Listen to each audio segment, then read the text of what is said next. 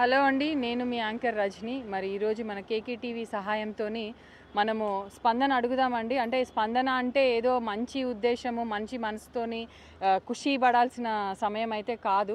ఒక బాధాకరమైన విషయం మీ అందరికీ తెలిసిందే. కోల్కతాలో డాక్టర్పై ఎంత దారుణంగా ఆవిడ్ని హత్య చేశాననేది మీ అందరికీ తెలుసు.